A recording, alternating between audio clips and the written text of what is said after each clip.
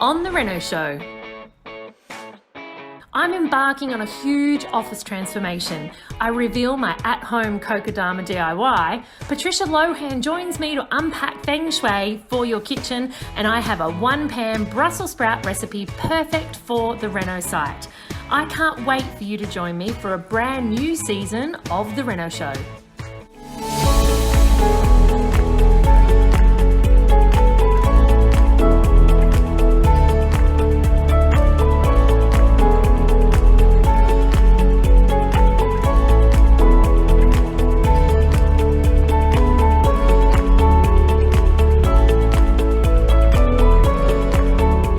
This week, we'll be converting this cluttered study into a family treasure to be used by all. Poorly planned studies are often underused, and they become a place where things that have no home get dropped, often looking more like a dumping zone than a productive place to work, study, or run the family from. First things first, it's time to have a good clean out. Being a workspace during the renovation, I can only remove what is absolutely necessary just to get started. Once the clutter is gone, it is time for the tools. I was so excited to do this project with my dad, a mechanic by trade, but Dad can do pretty much anything. So much of what I've learned over the years comes from working with Dad. First step was to remove the oversized built-in desk that took up so much space.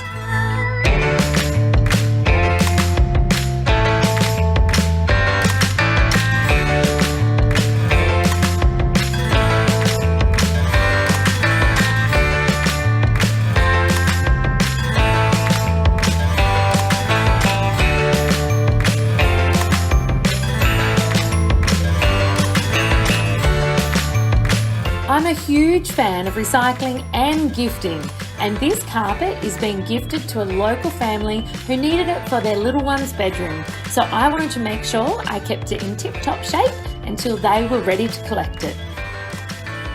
After gathering my supplies, I started to clean old glue and lumps off the walls with a large flat scraper, and then puttying up the holes that will be visible when the new fit out is put in place. Then a light sand and a clean, and I'll be ready to go. Next is the tape up. I'm a big believer in taping up with a low adhesive painter's tape before I get started. If you invest a little bit of time up front, you'll get a better result and less stress when it comes to cutting in time.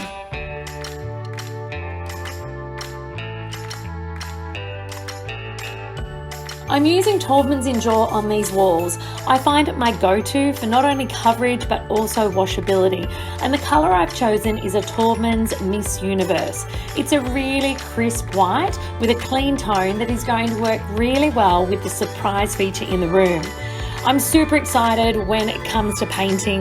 That first coat is always so satisfying as you see the space start to instantly transform.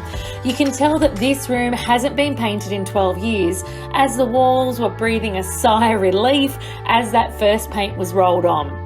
And the good news is that the trims and the ceilings had recently been painted, so that's going to save me a load of time.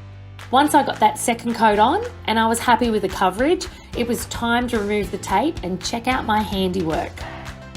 Painting done, tick. Next step is the wallpaper.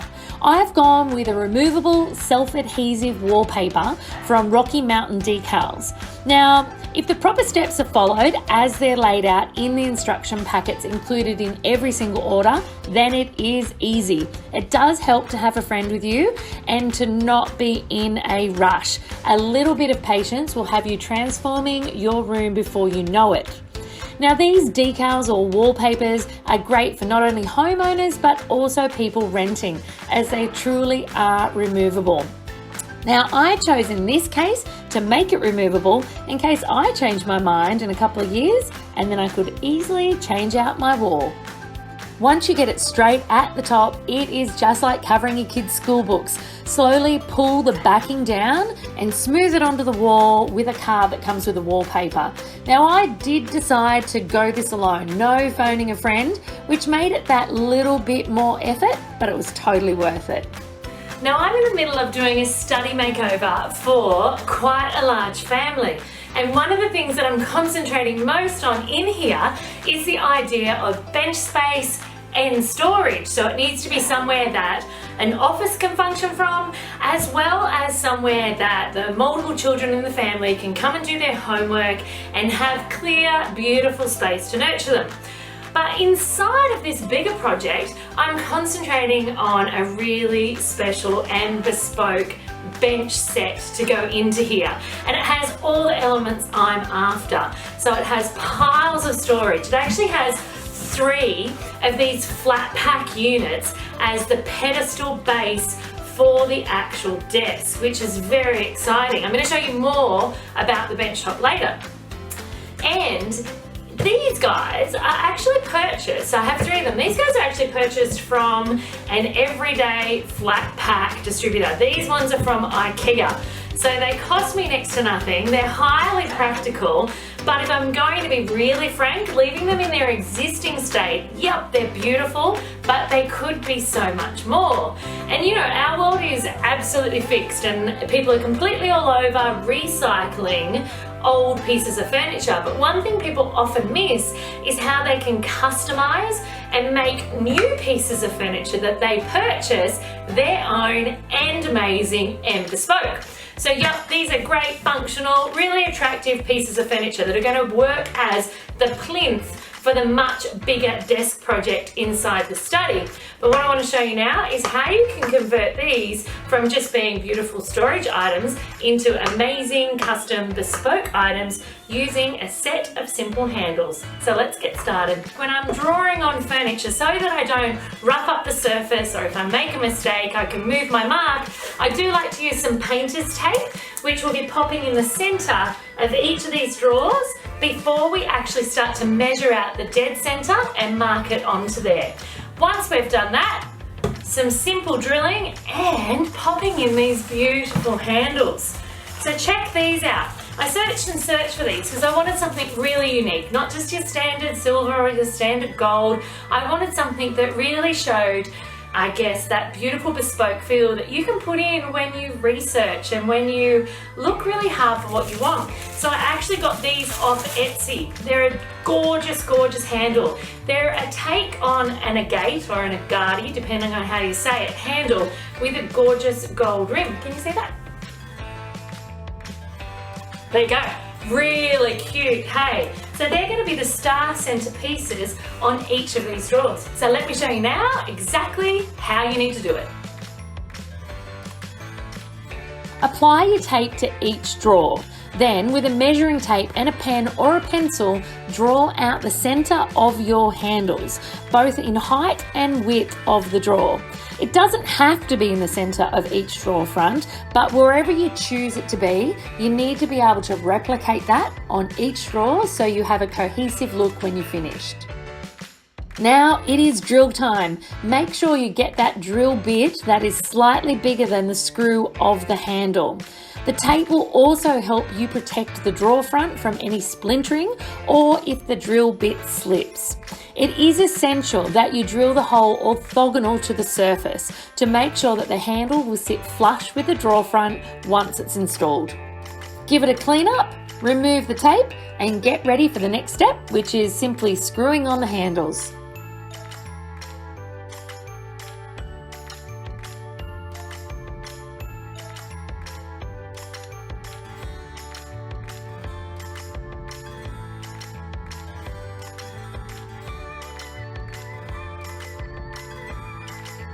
And done. Not looking too hot in this pic, but I promise, stay with me, it will be worth it. Now we need to look at how we're going to finish this entire desk project, and it's a really long expanse. It's 3.2 meters and it's around 700 deep. So unless I wanted to get a custom made kitchen benchtop alternative where I literally am going to be paying quite a bit of money for a benchtop to go in there, I need to think outside the square. And that is exactly what we are doing. I cannot wait to show you the results. How good has the wallpaper wall come up? I absolutely love it. I was taking some deep breaths doing it because wallpapering is definitely not my favorite thing to do at all. But it's come up a treat. I love the gentle yet organic, botanical feel that it gives to the space, so it's gorgeous. Now this study project, this makeover, storage is at a premium. More and more in life, no matter how much I love decluttering, when you have a family working in a home, you absolutely need to think about storage. And more often than not, we don't think about the vertical space and the vertical storage. And when we do often think about how we can use our walls for storage, we plonk in big units that like sit on the floor and go up the wall. Well, this space is not big. I think it's 3.2 by 3 meters. And I need to get a floating desk in here where I'm standing. I need to get a big bench desk in over here so that multiple children can sit at that. To make that happen, floor space in here is at a premium as well. So not only do I need storage, but I need floor space so that we can have desks and people can walk around. So the trick to that is using high wall space. So using space that's above head height. So I'm not that tall. I think I'm like maybe just under 170 centimeters tall. So what I am going to be doing is I'm going to be popping in wall shelving and storage that goes above head height but is still accessible by reach. So what that does is it means it frees up the space on the floor underneath for us to walk around, but it gives us additional storage, not only inside the shelving but on top of the shelving. So there's a lot of work that goes into getting something like this up on the wall. Now this house, I love a steel frame house. This house is a steel frame house, which is fantastic for a whole world of reasons, but it can present some, I guess, minor challenges when it comes to securing big heavy items to the wall, because most steel frames are actually quite thin. And so if you were to screw into them without having the right type of bracing, the screw will literally just bend because it doesn't have the thickness of a beautiful big timber beam. And as I said, I'm a massive, massive fan of a steel frame, but it just means we need to think about it a bit differently and make sure that there's plenty of that steel to bite into. So we're actually going to be putting up a big piece of timber underneath to hold the most of the weight, and then we're going to be internally inserting some steel angles inside the shelving so it won't look lumpy and cumbersome hanging down on the outside. And once the books are in there, beautiful white steel angles won't be seen, and this will hold a ton of weight. Now, one of the biggest things that we're doing in this space, in the study, is actually changing out the flooring that we have in here. So at the moment it's a carpet, and you know what? It has served its purpose, I'm sure, but the entry to this house is on that side of the office or study. The entry to the garage is on that side, and the entry to the kitchen is there. And it's all hard flooring around it. So what I find is there's this patch right near the edge of where the timber and the carpet meet, where people are pretty much using it as a doormat. They're bringing dirt in from the garage, they're bringing dirt in from the front door, and the carpet is showing signs of age. So generally speaking, I've checked out the way that this study works is people come in here to drop their bags, drop their keys, drop their school bags. So literally they're using this carpet as a doormat. So that needs to change. Given this is a family home and a pet home, I'm about to apply this amazing product to this floor. It is a timber look, but it is a vinyl plank, and it is from Carpet Court, and I guess the series or the product name of it is called Laneway. I'm going to be showing you much more about it later. There'll also be links below about how you can lay it, things you need to think about, but it is going to be a massive transformation in this space. So check out the carpet now, And then I can't wait to show you what it looks like once the new vinyl goes down. Pet friendly, stain resistant, easy to clean, child friendly, and all of those mean parent friendly, which is a winner. Once the carpet is up, we need to prep the slab. All visible edges and bumps were sanded away, and then a floor prep is applied. Now this does two things. It gives a lovely level surface, and it also seals up the concrete to an extent and provides a great surface for the glue to bond with. It's now time for the glue. I have stepped down and I've left this one to the expert floorers, but it is certainly something that you can choose to have a go at laying yourself.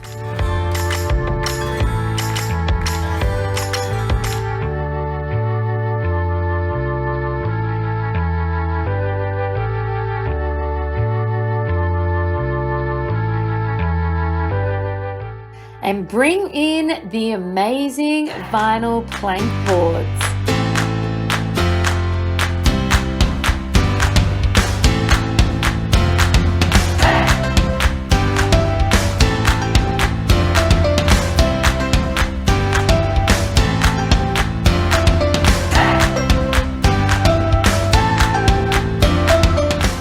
And voila!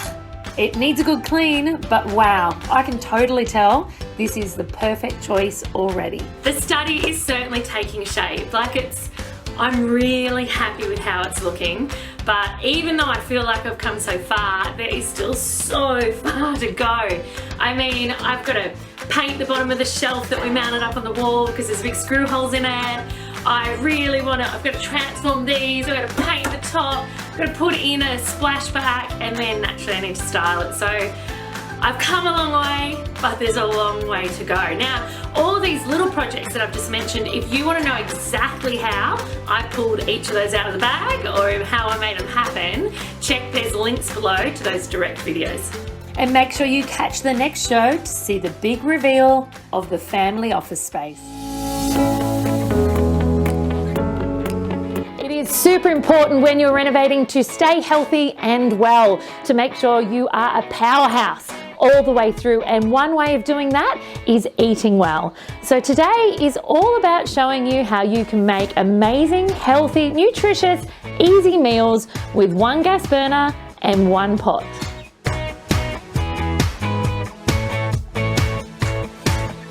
Today I am back to share another amazing recipe with you from By Rosie.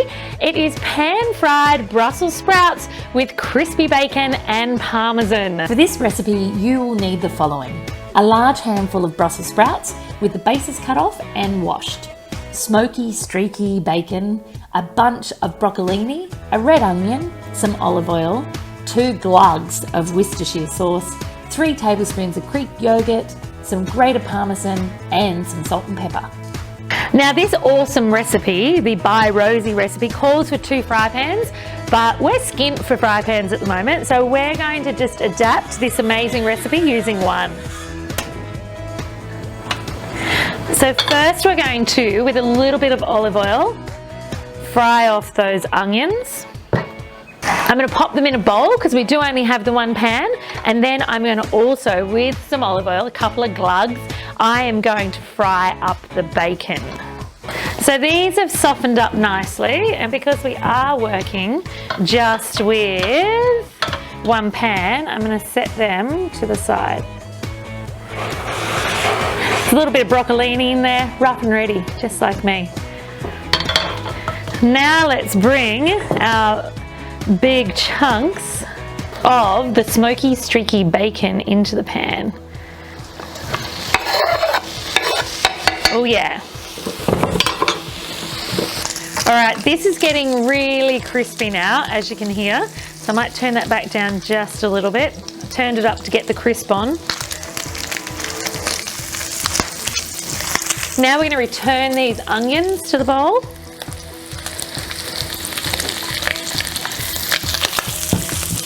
As well as our washed, quartered, and bases cut off sprouts. That's right, Brussels sprouts. Look at that, that looks beautiful. Looks really healthy. and a couple of good lugs of Worcestershire sauce.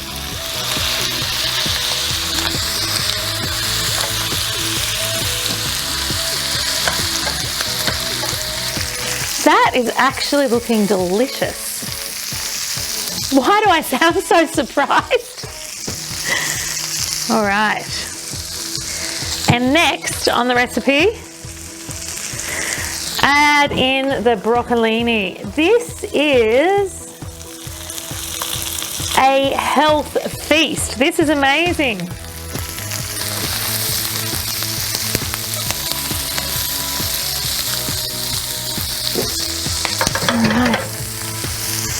That is a feast for your eyes. So let's take this off now to cool for just a couple of minutes. Turn off our little gas burner. This has been off now for a couple of minutes and it's slightly cooled. So we're now going to add our Greek yogurt and then half of the Parmesan, so half a handful of the Parmesan. And there you have it. We have pan-fried Brussels sprouts with smoky, streaky bacon and some gorgeous cheese and yogurt. It's a gorgeous recipe, again by Rosie. So while you go check that out, I'm gonna try this. That's an explosion of flavors in my mouth. Never have Brussels sprouts tasted this good. The heart of our home nowadays is without doubt the kitchens. It's no longer, Patricia, a space where we just cook and clean, right? We like literally live there now. We entertain there, we do homework there. You work in your kitchen sometimes. It's a technology hub as well as a place that we feast and nurture those that we love. So we have Patricia from patricialohan.com with us today to talk about all things feng shui. Feng shui last time, feng shui this time, in regard to our kitchens, because I hear that there are some interesting elements in regard to feng shui. So you guys work on the whole concept of fire, water, air. So feng shui is acupuncture for your home, essentially. And it is a way of making sure that the energy is running through your house so that you're happy and healthy. So for example, if you go to an acupuncturist, they check your chi, they kind of go, and they work with your meridians. And they work with your meridians. And that's exactly what we're doing when it comes to feng shui in your home. So we're just like checking the energy and the meridians of your house. With your kitchen, there's a few things. The kitchen is a fire. There's a lot of fire there because you've got your stove, your oven all of that. Microwave, anything. It's like there's a lot of heat in that area, and it is associated with prosperity. So it may not necessarily be your prosperity area, but it is an area that is important in terms of. Does that mean I should work in the kitchen? No. If you have an office, close to the tea. It's close to the tea. Yeah, you can do. Like there's no rules. Sorry, I interrupted. And actually, in terms of like sitting where you want, you just sit where it feels good for you. That's a really big one. But in your kitchen, there's a few things that I would be really wary of. Number one, keeping your counter spaces as clear as possible. Because clutter in those areas is like cluttering your prosperity, like cluttering the opportunities. Do you mean just on your benches or even like in your pantries? Oh my god, well, in your pantries, I would highly recommend just organizing them, doing a big declutter. Like, what are the things? Do you have flour that's like 3 years old in the back cupboard? Don't answer that, it's okay. You don't have to bear all. I haven't seen her pantry yet. No, not yet. I closed the doors when she walked in. So countertops, pantries, even what's in the cupboards, if there can be a level of organisation. A little level of organisation. And like, seriously, do you need all those plastic containers? Okay. And that is because it is a prosperity hub. It is. So if you are cluttered in there, it can just stagnate and jam it up. And then in terms of like this actual physical stove itself, it's important to keep that clean and active and used. So if you're not like cooking and using it, what if like some of your elements on your stove don't work?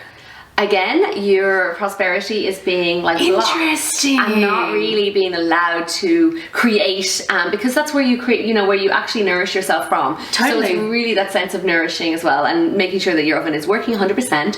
And then the other thing is just positioning, really. The positioning of the oven and the sink. So we looked at that in your house. Yeah, we were just making cups of tea. And I was like, oh, there's something here that you could do.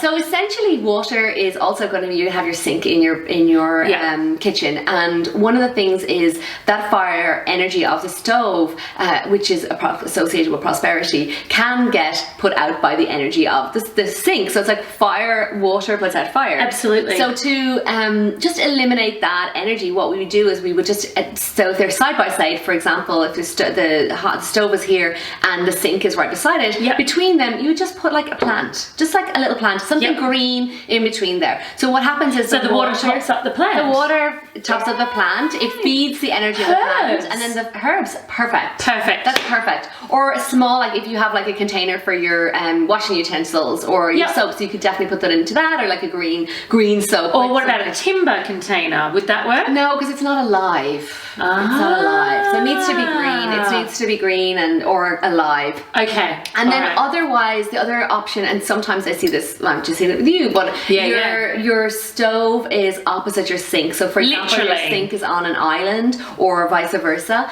Between them, we need to get something green. So oftentimes I would say to my clients, like, put a small green tea towel on the handle of the stove. I could do that. I could do that. Or put a little green mat on the ground, like at the sink. I voted for fake turf. She's in for fake grass. If you imagine if you had like a little fake grass would be super cute. mat at the kitchen sink. So not over near the stove where it could get splattered and stuff, but you could have that there. Totally could. Super cute. But it would be really, really cute to also have some really gorgeous green accents in tea towels. You could totally hang them on the front of the stove. Yeah, and bringing green into the kitchen is a great color because it's a color of growth. So it really does work well with the fire element. In your kitchen, I would like really avoid or try and limit the amount of red, because again, you're just bringing don't have to worry about that at my house. No, there's like, thankfully, sometimes it can be just too much excess and you're like, what's wrong with red? And I'm like, it's fire element. Fire is a destroyer. It can go out of control. It can burn. It can be dangerous. So you want to like minimize that. So we need to minimize that intensity of the fire element and instead nurture and grow what we do have. Exactly. I like it. All right, guys, you're never going to look at your kitchens the same again, I doubt. So remember, we don't want to be putting all our prosperity out with all the water we have from our sink. Exactly. All right, thanks so much, Patricia. Thank you.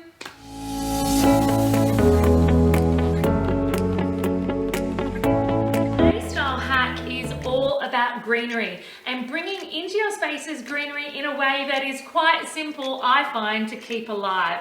So even without a green thumb, you can have cocodamas or cocodams, however you say it, in your space for a really long time.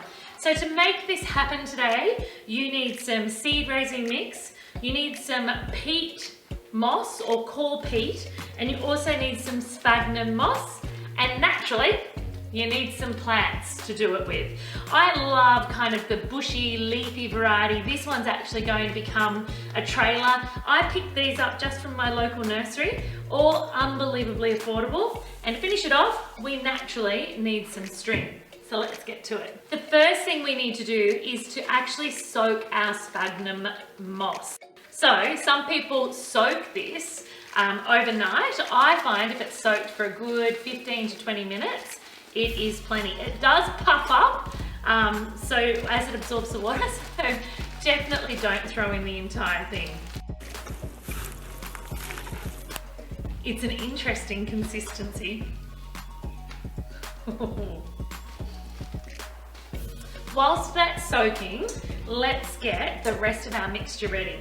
So this is usually done, I do it in a 50-50 ratio. So 50% of seed raising and 50% of peat moss. But you can sometimes even go 70-30. You can get your peat moss either in a bag, or you can get it in like a brick like this to then break up. So when you are using a peat cool brick, you naturally need to not only break it up, but you need to expand it with some water first, or you could simply get the one that comes in the bag. This is actually outrageously messy, but can be something super fun to do with the kids. Just mix that up. It's like making mud cakes. I generally do allow some of this other soil to fall away from the root ball, because we can't have them, well, we can have them large, but you know, I like to start small. You then grab this mixture and you start, sometimes you might need to add a little bit more water to it. You start forming it in a mud ball around the existing root ball. So this is your peat moss. So it is literally like making a mud pie and starting to press all this together.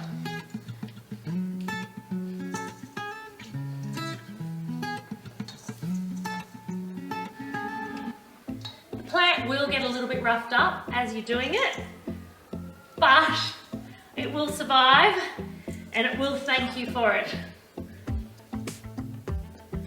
As you can see, we've got a nice big root ball going on here now, covered in the peat moss and in the seed raising mix.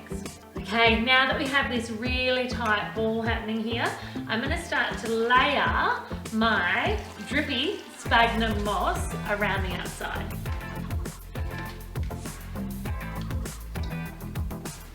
Make sure you wring it out relatively well.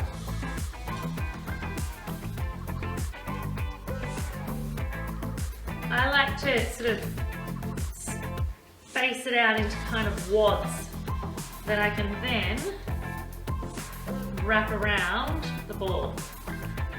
You know, in an ideal world, these would be perfectly symmetrical and the wall would be a perfect place. But let's face it, not everything needs to be perfectly round.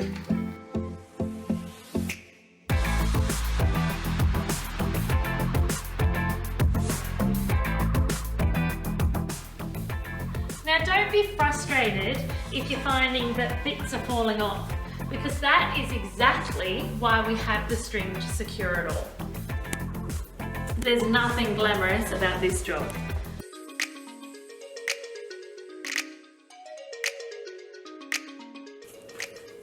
Now you can see that after a few winds, most of the sphagnum moss, most of the outer moss is actually sticking, which is fantastic. So now it's a matter of deciding whether you want a really refined, neat look, or whether you're happy for it to be twine and moss. So I'm going to go somewhere in the middle. Not too much twine, so I can still see the moss, but enough twine that I don't have to worry about the moss falling on the floor. Oh, we're on a roll now. We're on a roll now.